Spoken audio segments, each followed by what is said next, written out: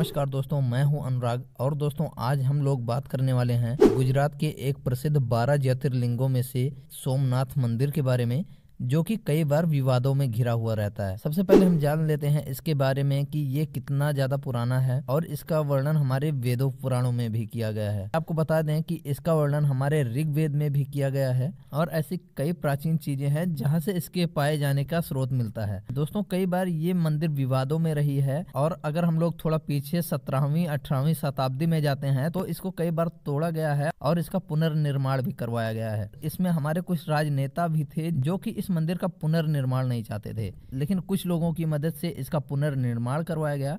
तो आज के इस वीडियो में हम वो सारी चीजें जानने वाले हैं। उसके पहले हम इसके शुरुआती दिनों के बारे में जान लेते हैं कि आखिर ये कैसे बना था और इसे किसने बनवाया था और इसकी खासियत क्या है। कि ये मंदिर गुजरात राज्य के काठियावाड़ जिले के किनारे एक समुद्र के किनारे स्थित है। आपको बता दें, ऐसा माना जाता है कि इस मंदिर का निर्माण प्राचीन समय में चंद्रदेव ने करवाया था। माना जाता है कि चंद्र को सोम के नाम से जाना जाता था, जिसकी वजह से इस मंदिर को सोमनाथ नाम दिया गया है। और चंद्रमा भगवान शिव के जटा पर स्थित रहते हैं, इसे शिव मंदिर के नाम से जाना जाता है। इस मंदिर को 3 भागों में बांटा गया है: गर्भगृह, सभा मंडप और नृत्य मंडप। आपको बता दें, इस मंदिर की ऊंचाई लगभग 150 फीट है और इसके चोटी पर लगभग 50 टन का एक कलश रखा हुआ है। और मंदिर के दक्षिण दिशा में समुद्र के किनारे बाढ़ स्तंभ बने हुए हैं, जिन स्तंभों पर तीर रखे गए हैं, जो यह दर्शाता है कि मंदिर और दक्षिणी ध्रुव के बीच कोई जमीन ही नहीं है। तो ये मंदिर अपने आप में एक अलौकिक मंदिर है, लेकिन इस मंदिर के साथ कई बार बहुत ज्यादा छेड़खानी हुई है। इसको कई बार कई मुगल शासकों द्वारा तोड़ा गया था, जिसमें कि इसे सबसे पहले तोड़वाने में नाम आता है सिंध के मोहम्मद जुनैद का, जिन्होंने 765 ईस्वी में इसे तोड़वाया हुआ था। जिसके बाद इसका पुनर्निर्माण करवाया गया और बाद में 1026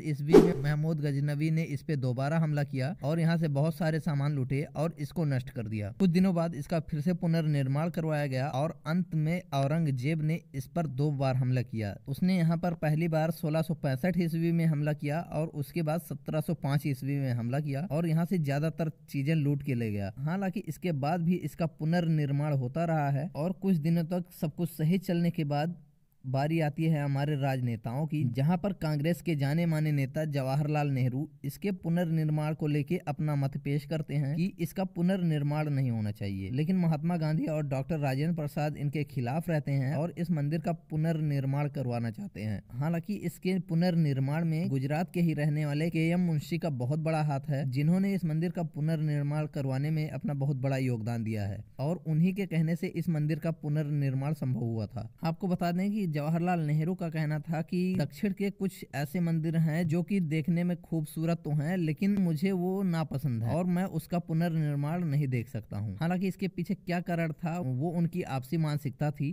लेकिन हमारे कुछ महापुरुष थे जिन्होंने इस पे ध्यान दिया अपनी संस्कृति को बचाने के लिए और अंग्रेजों द्वारा उत्पीड़ित किए जाने के बाद फिर से अपनी संपदा वापस पाने के लिए जी जान झोंक दिया और इसका पुनर्निर्माण करवाया। KM मुंशी ने कहा था कि हम अपनी जान तो दे सकते हैं, लेकिन अपने एक प्राचीन और अंग्रेजों से स्वतंत्रता पाने के बाद अपनी इस एक विश्व धरोहर को वापस पाना चाहते हैं और इसका पुनर्निर्माण करवा के ही रहेंगे। और ऐसा ही होता है, वो इस मंदिर का पुनर्निर्माण करवा के ही मानते हैं। इसमें सबसे ज्यादा योगदान KM मुंशी, राजेंद्र प्रसाद, महात्मा गांधी का रहा है। और जब KM मुंशी की मृत्यु हो जाती है, जिससे कि इस मंदिर का पुनर्निर्माण करवाया जाता है और फिर से एक हिंदू धर्म जागृत होता है। हालांकि उसके बाद से यहाँ पर कोई ऐसा मामला नहीं उठा है, लेकिन बीच बीच में इस पे कुछ मुद्दे उठते रहते हैं जो कि सुर्खियों में बने रहते हैं। दोस्तों ये थी एक छोटी सी जानकारी मेरे द्वारा। ये आपको कैसी लगी प्लीज कमेंट बॉक्स में जरूर बताइएगा और ऐसे इन्फॉर्मेशन के लिए चैनल को सब्सक्राइब करके वीडियो लाइक और शेयर कर दीजिएगा। हम आपसे मिलते हैं एक और ही जबरदस्त वीडियो के साथ। तब तक के लिए टेक केयर,